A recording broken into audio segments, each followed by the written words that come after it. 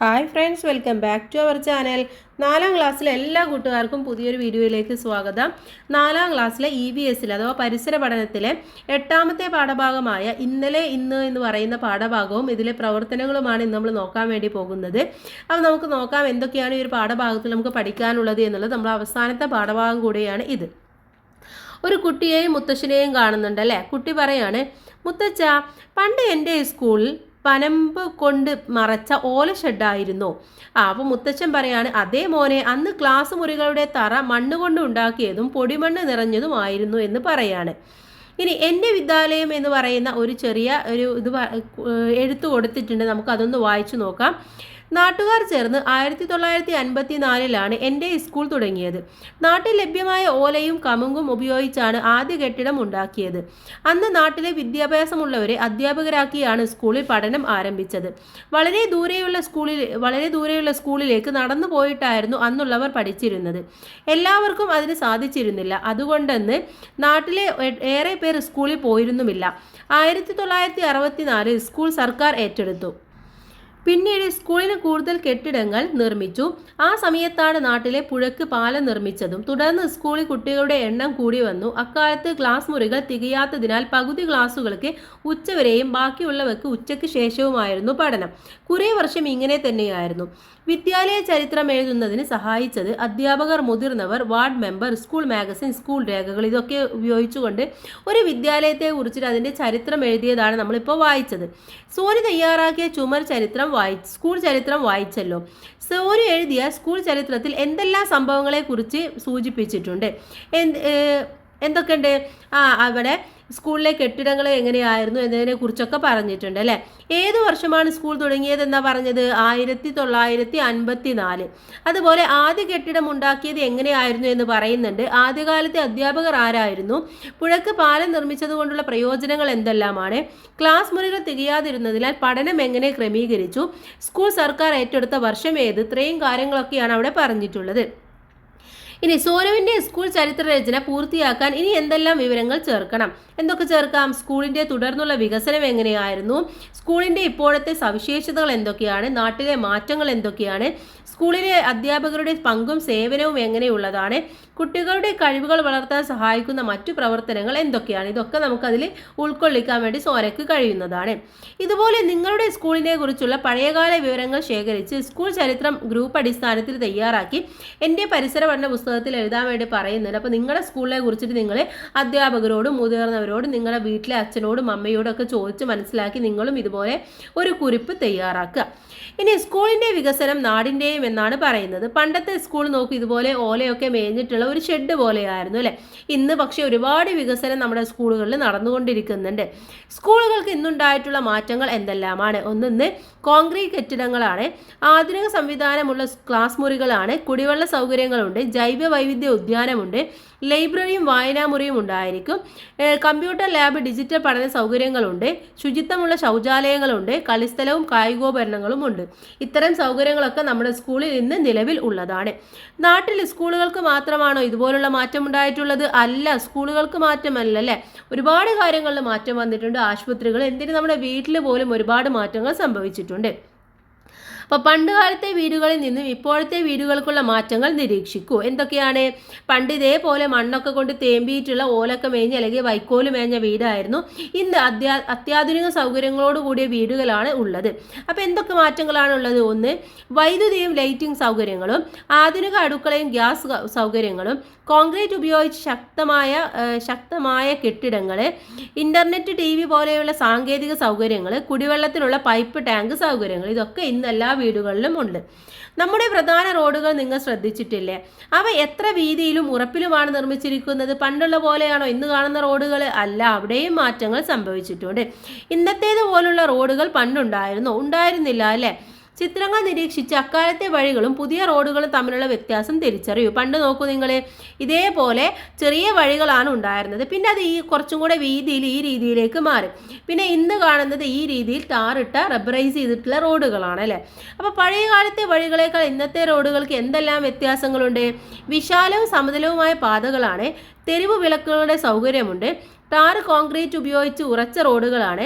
സുരക്ഷാ അടയാളങ്ങളും സിഗ്നലുകളുമുണ്ട്. വെള്ളം കെട്ടി നിൽക്കാതിരിക്കാൻ ഡ്രെയിനേജ് സംവിധാനങ്ങളും ഇന്ന് ഉണ്ട്. അപ്പോൾ പണ്ട് കാലത്ത് ജനങ്ങൾ സഞ്ചരിച്ചിരുന്നത് ഇടവഴികളിലൂടെയും വയൽ വരമ്പുകളിലൂടെയും ഒക്കെ ആയിരുന്നു. പക്ഷേ ഇന്ന് അതിനൊക്കെ മാറ്റം സംഭവിച്ചിട്ടുണ്ട് അല്ലേ.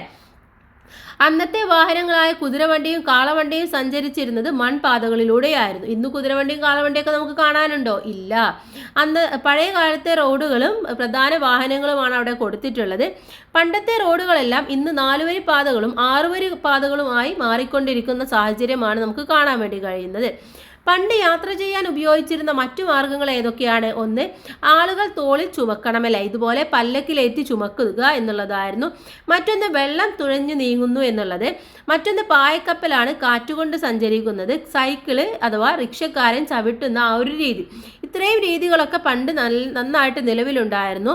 പക്ഷേ ഇപ്പോൾ എന്താണ്, ഇത്തരത്തിലുള്ളതൊക്കെയാണ് നമ്മൾ ഉപയോഗിക്കുന്നത്. ബസ്, ലോറി, ട്രെയിന്, വിമാനം, അതുപോലെ തന്നെ ഹെലികോപ്റ്റർ, കപ്പലുകൾ, ബൈക്ക്, ഇത്രയും സൗകര്യങ്ങളിലേക്ക് നമ്മൾ മാറിയിരിക്കുകയാണ്. വെള്ളത്തിലും വായുവിലും സഞ്ചരിക്കുന്ന സീപ്ലെയിൻ വരെ ഇന്ന് ഉപയോഗത്തിലുണ്ടെന്ന് മനസ്സിലായി. ഇവ കൂടാതെ മറ്റേതെല്ലാം വാഹനങ്ങൾ ഇന്ന് നമ്മൾ ഉപയോഗിക്കുന്നുണ്ട്? എന്തൊക്കെയാണ്? ഹെലികോപ്റ്റർ, ഓട്ടോറിക്ഷ, ട്രാക്ടർ, കാർ, ഇതൊക്കെ നമ്മൾ ഉപയോഗിക്കുന്നുണ്ട്. ഇനി താഴെ പറയുന്ന വാഹനങ്ങളുടെ സഞ്ചാരപാതയും ഉപയോഗവും കണ്ടെത്തി പട്ടിക പൂർത്തിയാക്കാനാണ്. ഒന്ന്, കാറ് സഞ്ചരിക്കുന്നത് റോട്ടിലൂടെയാണ്, യാത്ര ചെയ്യാനാണ് അതിൻ്റെ ഉപയോഗം എന്ന് പറയുന്നത്. ലോറി ആണെങ്കിൽ റോട്ടിലൂടെയാണ്, ചരക്ക് കൊണ്ടുപോകാനാണ് നമ്മൾ കൂടുതലായിട്ട് ഉപയോഗിക്കുന്നത്. വിമാനം ആകാശത്തിലൂടെയാണ്, യാത്ര ചെയ്യാനാണ്. കപ്പൽ ജലത്തിലൂടെയാണ്, ചരക്ക് അല്ലെങ്കിൽ യാത്ര ചെയ്യാനും നമ്മൾ ഉപയോഗിക്കുന്നുണ്ട്. ട്രെയിന് റെയിൽപാതയിലൂടെയാണ്, യാത്ര ചെയ്യാനാണ് ഉപയോഗിക്കുന്നത്. ബസ് റോട്ടിലൂടെയാണ്, യാത്ര ചെയ്യാനാണ് നമ്മൾ ഉപയോഗിക്കുന്നത്. ഇനി ചിത്രങ്ങൾ നിരീക്ഷിച്ച് ജലഗതാഗത രംഗത്തുണ്ടായ മാറ്റങ്ങൾ ചർച്ച ചെയ്യാനാണ് പറഞ്ഞിട്ടുള്ളത്. പണ്ട് തോണികൾ ഒക്കെ ആയിരുന്നു നമ്മൾ ഉപയോഗിച്ചത് എങ്കിൽ ഇന്നെന്താണ്, വാട്ടർ മെട്രോ ഒക്കെയാണ് നമുക്ക് ഉള്ളത് അല്ലേ. കൊച്ചിയിൽ വാട്ടർ മെട്രോ ഒക്കെയാണ് ഇന്ന് നിലവിൽ നമ്മൾ ഉപയോഗിക്കുന്നത്. അപ്പോൾ പുഴകളും തോടുകളും കായലുകൾക്കും വന്നിട്ടുള്ള മാറ്റങ്ങൾ എന്തൊക്കെയാണെന്ന് മുതിർന്നവരോട് ചോദിച്ച് മനസ്സിലാക്കുക. ഇന്ന് നിലവിലുള്ളത് നിങ്ങൾക്കൊക്കെ അറിയാമല്ലോ. അപ്പം മുതിർന്നവരോട്, നിങ്ങളുടെ അച്ചച്ചനോട് അല്ലെങ്കിൽ അമ്മമ്മയോടൊക്കെ ചോദിച്ചു കഴിഞ്ഞാൽ നിങ്ങൾക്ക് വളരെ ക്ലിയർ ആയിട്ട് അവർ പറഞ്ഞു തരും. എത്രമാത്രം മാറ്റങ്ങളാണ് വാഹനങ്ങൾക്കുണ്ടായിരിക്കുന്നത്.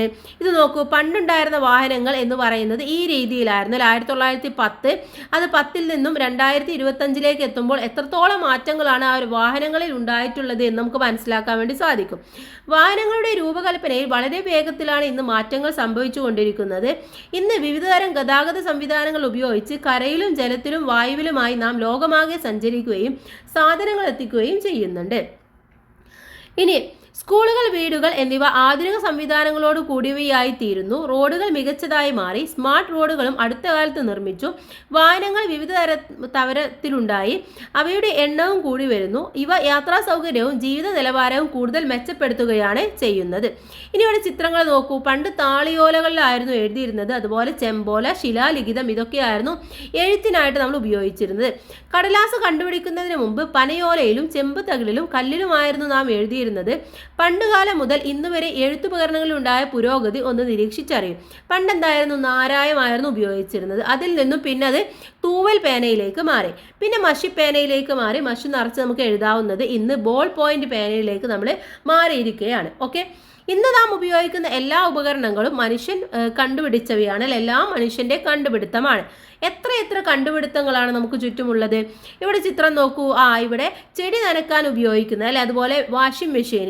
ജോലികൾ എളുപ്പമാക്കുന്നതിനായി എന്തെല്ലാം ഉപകരണങ്ങളാണ് നാം ഉപയോഗിക്കുന്നത്. ഇവിടെ വെള്ളം നനക്കാൻ ഉപയോഗിക്കുന്നത് എന്താണ്, ഹോസ് പൈപ്പ് ആണല്ലേ. അഥവാ പൂന്തോട്ടത്തിൽ ജലം വിതരണം ചെയ്യാൻ, അത് വൃത്തിയാക്കാനും ഒക്കെയാണ് നമ്മൾ ഉപയോഗിക്കുന്നത്. മറ്റേ നമ്മൾ സാധാ പൈപ്പ് ഉപയോഗിച്ച് കഴിഞ്ഞാൽ വെള്ളം അങ്ങോട്ടും ഇങ്ങോട്ടൊക്കെ പോകും, അല്ലെങ്കിൽ ഒരു സ്പോട്ടിലേക്ക് കുത്തനെ വീഴും. അപ്പം ഇങ്ങനെയാകുമ്പോൾ സ്പ്രെഡ് ചെയ്തിട്ട് എല്ലായിടത്തേക്കും നമുക്ക് എത്തിക്കാൻ വേണ്ടി സാധിക്കും. വാഷിംഗ് മെഷീന് വസ്ത്രങ്ങൾ കഴുകാനും സമയം ലാഭിക്കാനും നമ്മൾ ഉപയോഗിക്കുന്നു. മറ്റെന്തെല്ലാം ആധുനിക ഉപകരണങ്ങൾ നാം വീടുകൾ ഉപയോഗിക്കുന്നുണ്ട്. ഫാൻ എന്തിനാണ്, മുറിയിൽ കാറ്റ് സഞ്ചരിക്കാൻ വേണ്ടിയിട്ടാണ്. ഗ്യാസ് അടുപ്പ് ഭക്ഷണം പാചകം ചെയ്യാൻ. മിക്സി, ഗ്രൈൻഡർ ഉപയോഗിക്കുന്നത് ഭക്ഷണം എളുപ്പത്തിൽ ചതച്ച് തയ്യാറാക്കാൻ വേണ്ടിയിട്ടാണ്. ഫ്രിഡ്ജ് ഉപയോഗിക്കുന്നത് ഭക്ഷണം തണുപ്പിച്ച് സൂക്ഷിക്കാൻ വേണ്ടിയിട്ടാണ്. വാഷിംഗ് മെഷീൻ ഉപയോഗിക്കുന്നത് വസ്ത്രങ്ങൾ കഴുകാൻ വേണ്ടിയിട്ടാണ്. ഓക്കെ, അപ്പോൾ ഇതൊക്കെ നമ്മൾ നമ്മുടെ ജീവിതത്തിൽ അല്ലെങ്കിൽ നമ്മുടെ നിത്യേന ഉപയോഗിക്കുന്ന സാധനങ്ങൾ ആണ്. തന്നിരിക്കുന്ന ആശയപടം പരിശോധിക്കൂ. കൂടുതൽ വിട്ടുപോയവ പൂർത്തിയാക്കാനാണ് പറഞ്ഞിട്ടുള്ളത്. പണ്ട് നോക്കൂ, കാളയായിരുന്നു ഉപയോഗിച്ചിരുന്നത് അല്ലേ. അപ്പോൾ അവിടെ എന്താണ്, സമയം കൂടുതൽ വേണം. ട്രാക്ടർ ആയപ്പോഴേക്കോ അത് കുറവായിട്ട് മാറുകയാണ് ചെയ്യുന്നത്. അപ്പോൾ അവിടെ കുറവ് എന്ന് എഴുതി കൊടുക്കാം. ഇനി ഇതുപോലെ അമ്മിക്കല്ല് ഉപയോഗിച്ചിട്ട് അല്ലെങ്കിൽ ആട്ടുകല്ല് ഉപയോഗിക്കുമ്പോൾ നമുക്ക് ഒരുപാട് സമയം കൂടുതൽ ആവശ്യമായിട്ട് വരും. അത് മിക്സിയിലേക്ക് മാറിയപ്പോൾ സമയം കുറവായിട്ട് മാറി. ഇനി പണ്ട് ഇതേപോലെ സാധനങ്ങൾ കൊണ്ടുപോയിരുന്നത്, അപ്പോൾ നമുക്ക് എന്താണ്, സമയം കൂടുതൽ വേണം. ഇന്ന് നമ്മൾ ഉപയോഗിക്കുന്നത് ഇത്തരത്തിൽ ലോറികളാണ്, അപ്പോൾ നമുക്ക് കുറവ് സമയം മതി. ഓക്കെ, അപ്പോൾ ഇതാണ് ഇതിൻ്റെ പ്രധാന വ്യത്യാസം എന്ന് പറയുന്നത്. ഇനി കൂടുതൽ ഉദാഹരണങ്ങൾ കണ്ടെത്താനാണ് പണ്ട് നമ്മൾ ഉപയോഗിച്ചിരുന്നത് മോട്ടോർ പമ്പാണ് അല്ലേ. അതിൻ്റെ സൗകര്യം എന്താണ്, വെള്ളം ഒരിടത്ത് നിന്ന് മറ്റൊരിടത്തേക്ക് എളുപ്പത്തിലും വേഗത്തിലും എത്തിക്കാൻ കഴിയുന്നു എന്നുള്ളതാണ്. സ്മാർട്ട് ഫോൺ ഉപയോഗിക്കുന്നത് ആളുകളെ ബന്ധപ്പെടാനും വിവരങ്ങൾ കണ്ടെത്താനും വേണ്ടിയിട്ടാണ്. റോബോട്ട് ജോലികൾ എളുപ്പവും വേഗവുമാക്കുന്നു. എയർ കണ്ടീഷണർ മുറി തണുപ്പിച്ച് സുഖകരമാക്കുന്നു. മൈക്രോവേവ് ഭക്ഷണം വേഗത്തിൽ ചൂടാക്കുന്നു. അപ്പോൾ ഇതൊക്കെ ഇന്ന് നമ്മൾ പരിചിതമായിട്ടുള്ള ഉപകരണങ്ങളാണ്. അതിൻ്റെ സൗകര്യങ്ങൾ എന്തൊക്കെയാണെന്നുള്ളതാണ് നമ്മളിപ്പോൾ എഴുതിയത്. ഒരു കാലത്ത് മനുഷ്യരോ മൃഗങ്ങളോ ചെയ്തിരുന്ന ജോലികൾ ഇപ്പോൾ യന്ത്രങ്ങളാണ് ചെയ്യുന്നത് അല്ലേ. പുതിയ കണ്ടുപിടുത്തങ്ങൾ ജോലിഭാരം കുറക്കാനും സമയം ലാഭിക്കാനും സഹായിക്കുന്നു. നിങ്ങൾ ബസ്സിൽ യാത്ര ചെയ്തിട്ടുള്ളവരാണല്ലോ. ബസ് നിർമ്മിക്കുന്നത് വലിയ ഫാക്ടറികളിലാണ്. ഫാക്ടറിയിൽ പലതരം ജോലികൾ ചെയ്യുന്ന തൊഴിലാളികളുണ്ട് അല്ലേ. അപ്പോൾ ഈ ഒന്നാമത്തെ ചിത്രം നോക്കൂ, ഇതെന്താണ്, ഇത് ഫാക്ടറി ആണല്ലോ. അപ്പോൾ ഇവിടെ ഫാക്ടറി എന്ന് എഴുതി കൊടുക്കുക. ഇവിടെ എന്താണ്, ബസ് നേരാക്കുന്നത് മെക്കാനിക്കാണ്. അടുത്ത ബസ് ഓടിക്കുന്നത് ഡ്രൈവറാണ്. ബസ്സിൽ എണ്ണ അടിക്കുന്നത് പമ്പ് ജീവനക്കാരനാണ്. ബസ്സിൽ ടയറൊക്കെ റെഡിയാക്കുന്നത് ടയർ വർക്കറാണ്. അപ്പോൾ ഇത്രയും ജോലികൾ അല്ലെങ്കിൽ ഇത്രയും തൊഴിലുകളാണ് ഒരു ബസ്സുമായി ബന്ധപ്പെട്ടത് ഉള്ളത്. അപ്പോൾ ഉപകരണങ്ങളും യന്ത്രങ്ങളും നിർമ്മിക്കുന്നതിനും ഉപയോഗക്ഷമമാക്കുന്നതിനും നിരവധി ആളുകളുടെ സേവനം ലഭ്യമാണ്. ബസ്സുമായി ബന്ധപ്പെട്ട ഇനിയും ജോലികളുണ്ട് അല്ലേ. ടയർ മാറ്റണം, അതുപോലെ തന്നെ ബസ് ക്ലീൻ ചെയ്യണം, അങ്ങനെ ഒരുപാട് ജോലികളുണ്ട്. പെയിൻറ്റിങ്, കഴുകി വൃത്തിയാക്കൽ, ഗ്രീസ് ഇടൽ തുടങ്ങി പല ജോലികളും പൂർത്തീകരിച്ചാൽ മാത്രമാണല്ലോ ബസ് ഓടിക്കാൻ കഴിയുന്നത്. അതിനാൽ ഓരോ ജോലിയും പ്രാധാന്യമുള്ളതാണ് അത് ചെയ്യുന്ന ജോലിക്കാർ. അപ്പോൾ എല്ലാ ജോലിയും പ്രാധാന്യവും മഹത്തരവുമാണ്. അതിനാൽ വിവിധ ജോലിക്കാർക്കിടയിൽ വിവേചനം എന്ന് പറയുന്നത് പാടില്ല. അയാൾ ഇന്ന ജോലി ചെയ്യുന്ന ആളാണല്ലോ എന്നൊന്നും നമ്മൾ പറയാതെ, അയാളില്ല എങ്കിൽ ആ ജോലി ചെയ്യാൻ നമുക്ക് ആരും ഉണ്ടായിരിക്കില്ല. അപ്പോൾ ഓരോ ജോലിക്കും അതിൻ്റെതായ പ്രാധാന്യം ഉണ്ട്. ഇനി ഇവിടെ ചിത്രങ്ങൾ നോക്കൂ, ഇതെന്താണ്, ഓരോ ചിത്രത്തിലും ഓരോന്നാണ് കാണുന്നത് അല്ലേ. അപ്പോൾ ചിത്രത്തിൽ നൽകിയിരിക്കുന്ന ഉപകരണങ്ങളുടെ ഉപയോഗം എന്ത് എന്നാണ് ചോദിച്ചിട്ടുള്ളത്. ആദ്യം വാക്യൂം ക്ലീനറാണ്. അതെന്തിനാണ് വാക്യൂം ക്ലീനർ ഉപയോഗിക്കുന്നത്? മുറികൾ വൃത്തിയാക്കാനാണ്. രണ്ടാമത്തത് സ്കാനിങ് മെഷീനാണ്. ശരീരത്തിനകത്തുള്ള അവയവങ്ങളുടെ അവസ്ഥ മനസ്സിലാക്കാൻ ഉപയോഗിക്കുന്നു. മൂന്നാമത്തത് ബ്രഷ് കട്ടറാണ്. കുറ്റിക്കാടുകളും പുല്ലുകളും വെട്ടാൻ ഉപയോഗിക്കുന്നു. നാലാമത്തത് തെങ്ങുകയറ്റ യന്ത്രമാണ്. തെങ്ങിൽ കയറി തേങ്ങ പറിക്കാൻ ഉപയോഗിക്കുന്നു. ഓക്കെ, ഇനി നിങ്ങൾക്ക് പരിചിതമായ ഉപകരണങ്ങൾ ഏതെല്ലാമാണ്, അവയുമായി ബന്ധപ്പെട്ട തൊഴിലുകൾ ഏതെല്ലാമാണെന്ന് പട്ടികപ്പെടുത്താൻ വേണ്ടി പറയുന്നുണ്ട്. ഇവിടെ നോക്കൂ, നമുക്കറിയാവുന്ന ഒരു ഉപകരണമാണ് ടെലിവിഷൻ. അതുമായി ബന്ധപ്പെട്ട തൊഴിൽ ഏതൊക്കെയാണ്? കച്ചവടം, TV ടെക്നീഷ്യൻ, ക്യാമറ കച്ചവടം, ക്യാമറാമാന്, വുഡ് കട്ടറിങ് ആശാരി, മരം വെട്ടുകാർ, കമ്പ്യൂട്ടർ അധ്യാപകർ, കമ്പ്യൂട്ടറുമായി ബന്ധപ്പെട്ട പ്രവൃത്തികൾ ചെയ്യുന്നവർ, ഗ്രൈൻഡർ പാചകക്കാർ, ഹോട്ടൽ പണിക്കാർ, തയ്യൽ മെഷീന് തയ്യൽക്കാർ, ഫാഷൻ ഡിസൈനിങ് ചെയ്യുന്നവർ, ട്രാക്ടർ കൃഷിക്കാർ, ഡ്രൈവർ. ഇതൊക്കെയാണ് അവരുമായി ബന്ധപ്പെട്ട തൊഴിൽ എന്ന് പറയുന്നത്. പുതിയ ഉപകരണങ്ങളുടെയും യന്ത്രങ്ങളുടെയും കണ്ടുപിടുത്തത്തിലൂടെ പുതിയ തൊഴിലുകളുണ്ടായി. ടെലിവിഷൻ, മൊബൈൽ ഫോൺ എന്നിവയിലൂടെ ലോകത്തിൻ്റെ ഏതു ഭാഗത്തും നടക്കുന്ന സംഭവങ്ങൾ നമുക്ക് അറിയാൻ കഴിയുന്നു. ഇൻ്റർനെറ്റിൻ്റെ സഹായത്തോടെ മൊബൈൽ ഫോൺ, കമ്പ്യൂട്ടർ തുടങ്ങിയ ഉപകരണങ്ങളിലൂടെ ദൂരെയുള്ളവരെ കാണാനും സംസാരിക്കാനും ഇപ്പോൾ നമുക്ക് കഴിയുന്നുണ്ട് അല്ലേ. അപ്പോൾ ഓരോ കണ്ടുപിടുത്തവും നമ്മുടെ ജീവിതത്തിൽ മാറ്റങ്ങൾ ഉണ്ടാക്കുകയും ലോകത്ത് മറ്റു പല മാറ്റങ്ങൾക്കും കാരണമാവുകയും ചെയ്യുന്നു. കണ്ടുപിടുത്തങ്ങൾ ചരിത്രത്തിലെ പ്രധാന സംഭവങ്ങൾ തന്നെയാണ്. ഇനി നിർമ്മിത ബുദ്ധിയുടെ അഥവാ AI എന്ന് നമ്മൾ കേൾക്കാറുണ്ടല്ലോ. എന്താണ് AI എന്ന് പറഞ്ഞാൽ? നിർമ്മിത ബുദ്ധിയാണ്. അതിൻ്റെ കണ്ടുപിടുത്തം വലിയ മാറ്റങ്ങൾക്ക് കാരണമായി കൊണ്ടിരിക്കുകയാണ് ഇന്ന്. ചിത്രങ്ങൾ നിരീക്ഷിച്ച് നിർമ്മിത ബുദ്ധി ഉപയോഗപ്പെടുത്തുന്ന ചില മേഖലകൾ കണ്ടെത്തും. എവിടെയൊക്കെയാണ്? അധ്യാപകരായിട്ട് ക്ലാസ് മുറികളിൽ, നമുക്ക് വായനയിൽ, അതുപോലെ തന്നെ ഓപ്പറേഷൻ വരെ നടത്താൻ AI ഉണ്ട് എന്നാണ് അറിയാൻ കഴിയുന്നത്. അപ്പോൾ നിർമ്മിത ബുദ്ധിയുടെ പിതാവ് എന്നറിയപ്പെടുന്നത് അമേരിക്കൻ കമ്പ്യൂട്ടർ ശാസ്ത്രജ്ഞനായ ജോൺ മെക്കാർത്തിയാണ്. ജോൺ മെക്കാർത്തിയാണ് AI പിതാവ് എന്ന് അറിയപ്പെടുന്നത്. ഇനി തദ്ദേശ സ്വയംഭരണ സ്ഥാപനങ്ങളെ കുറിച്ച് പറയുന്നുണ്ട്. അച്ഛാ, കെട്ടിട പണി കഴിഞ്ഞല്ലോ, എന്താ കട തുടങ്ങാത്തത് എന്ന് കുട്ടി ചോദിക്കുകയാണ്. പഞ്ചായത്തിൽ നിന്ന് കെട്ടിട നമ്പർ കൂടി കിട്ടിയാൽ കട തുടങ്ങാൻ മോളെ എന്ന് പറയാണ്. അപ്പം നിങ്ങളുടെ വീടിൻ്റെ നമ്പർ രേഖപ്പെടുത്തിയ കാർഡ് നിങ്ങൾ കണ്ടിട്ടുണ്ടാവും അല്ലേ. ഇത് ഈ രീതിയിൽ ഉണ്ടാവും. ഇത് കുമാരമംഗലം, തൊടുപുഴ, തിരുവനന്തപുരം, ഇത് പഞ്ചായത്തിലെയും നഗരസഭയിലെയും മുനിസിപ്പൽ കോർപ്പറേഷനിലെയുമാണ് തന്നിട്ടുള്ളത്. ഇതുപോലെ നിങ്ങളുടെ വാർഡ് നമ്പർ, വീട്ടു നമ്പർ, ഇതൊക്കെ നിങ്ങളൊന്ന് നോക്കി അതൊന്ന് ഇവിടെ എഴുതി കൊടുക്കുക. അതുപോലെ അതുപോലെ കൂട്ടുകാരുടെ വിവരങ്ങൾ ശേഖരിച്ചിട്ട് നിങ്ങൾ അതും ഇവിടെ എഴുതാം. സ്കൂൾ സ്ഥിതി ചെയ്യുന്ന പഞ്ചായത്ത്, മുനിസിപ്പാലിറ്റി, മുനിസിപ്പൽ കോർപ്പറേഷൻ അത് ഏതാണെന്നും സ്ഥിതി ചെയ്യുന്ന വാർഡ് ഏതാണ്, കെട്ടിട നമ്പർ ഏതാണ്, അതൊക്കെ നിങ്ങൾ ഇവിടെ എഴുതി കൊടുക്കുക. അപ്പോൾ ഒരു വാർഡിലെ എല്ലാ കെട്ടിടങ്ങൾക്കും കെട്ടിട നമ്പർ ഉണ്ടായിരിക്കും. കെട്ടിടങ്ങൾക്കും വീടുകൾക്കും നമ്പർ ലഭിക്കുന്നത് എവിടെ നിന്നാണ്? പഞ്ചായത്തിൽ നിന്നാണ്.